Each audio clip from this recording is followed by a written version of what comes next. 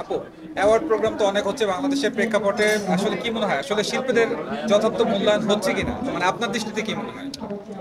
আসলে যেই অ্যাওয়ার্ড সেরেমনিগুলো আমি অ্যাটেন্ড করি তার বাহিরেও অনেক অ্যাওয়ার্ড সেরেমনিতে আমাকে আমন্ত্রণ জানানো হয়, কিন্তু প্রথমেই আমি দেখি যে আমার সাথে গুণী কারা অ্যাওয়ার্ড পাচ্ছেন, কোন ক্যাটাগরিতে কারা অ্যাওয়ার্ড পাচ্ছেন। তো আমার যদি মনে হয় যে না, এই জায়গাটায় আমার যাওয়া উচিত, তখনই আমি আসলে ইনভাইটেশনটা রিসিভ করি।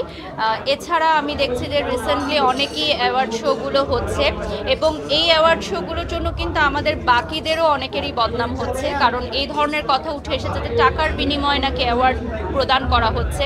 কিন্তু আমরা যে সকল মানের অ্যাওয়ার্ড শোগুলোতে আসলে অ্যাটেন্ড করি, সেখানে কিন্তু স্পন্সররা আসলে টাকাগুলো অর্থলগ্নি করেন, কিন্তু অ্যাওয়ার্ডের জন্য কিন্তু আমাদেরকে কখনোই টাকা দিতে হয় না। তো এই মিথ্যা ও ভ্রান্ত ধারণাগুলোর অপপ্রচার হচ্ছে শুধুমাত্র গুটি কয়েক নিম্নমানের অ্যাওয়ার্ড শো এর জন্য। তো আমি ডেফিনেটলি বলবো যে অ্যাওয়ার্ড শোগুলো নামানোর আগে ডেফিনেটলি কিছু অনুমোদন প্রয়োজন।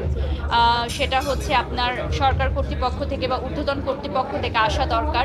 এইটা আমি মনে করি এই মানটা যদি মেনটেন করা হয়, তাহলে আমাদের অ্যাওয়ার্ড শোগুলোর নামে যে বদনামগুলো এখন লাগছে সেটা হবে না। আপনার কাছে আরেকটা প্রশ্ন হচ্ছে যে শোবিজের প্রতিটা শাখায় আপনি বিচরণ করেছেন, কিন্তু বর্তমানে ব্র্যান্ড প্রমোশন এই বিষয়টা আপনার পুরোপুরি ধ্যানে জ্ঞানে সবসময় আছে। তো আসলে এই ব্র্যান্ড প্রমোটার এই ওয়ার্ডটা থেকে যখন বের হয়ে আসবেন, কোনো না কোনো সময় হয়তো বের হয়ে আসবেন, তখন আপনার আসলে চিন্তা ভাবনা কি, আসলে কোন সেক্টরে কাজ করবেন, শোবিজের কোন অঙ্গনে আপনি যেতে চাচ্ছেন? আমার যেহেতু প্রোডাকশন হাউস আছে, তো আমি হয়তো স্টাইলিং বা কোরিওগ্রাফি এই সেক্টরটায় যেতে চাই। আমি অলরেডি কিছু কাজ করেছি যেগুলো খুব ভালো সাড়া পেয়েছি।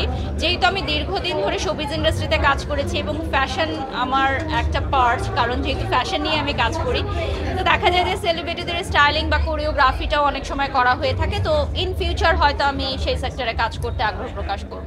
ব্র্যান্ড প্রমোটিং তো একটা চ্যালেঞ্জিং কাজ, যেহেতু সবার সরাসরি আপনার সব ভক্ত প্লাস হচ্ছে যারা ক্রেতা বিক্রেতা অনেকেই আছে, সবার সাথেই আপনি ইন্টারাক্ট হচ্ছেন।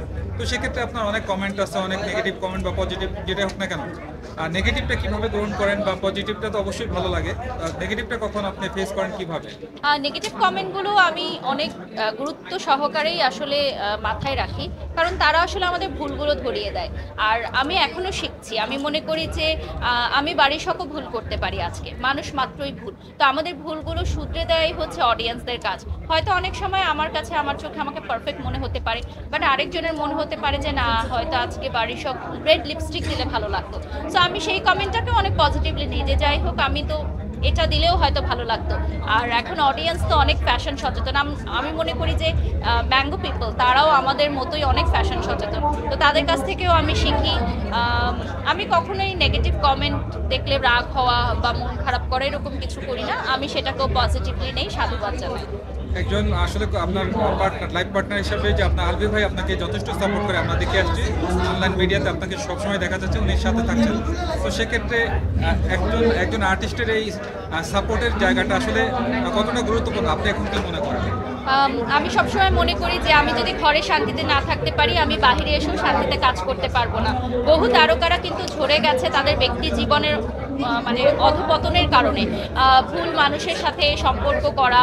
এবং আমি বিগত দিনেও দেখেছেন আপনারা যে অনেক সুপারস্টাররাও কিন্তু তাদের ক্যারিয়ারে মানে যে জায়গায় আসলে তারা থাকতে পারতো, কিন্তু তাদের ব্যক্তি পার্সোনাল লাইফের কারণে হয়তো তারা কাজের প্রতি ফোকাস করতে পারেনি। তো আমার মনে হয় যে আমার যখন ব্যক্তি জীবনটা পারফেক্ট থাকবে, আমি যখন ব্যক্তি জীবনে সুখী হব, তখনই আমি মানুষকে কাজ দিয়ে হ্যাপি করতে পারবো। এবং আমার সবসময় মনে হয় যে আমার একজন গাইডলাইন হচ্ছে আমার হাজব্যান্ড। ও আমাকে গাইড করে যে কি করা উচিত, কি করা উচিত না, কারণ আমিও অনেক সময় বুঝে উঠতে পারি না।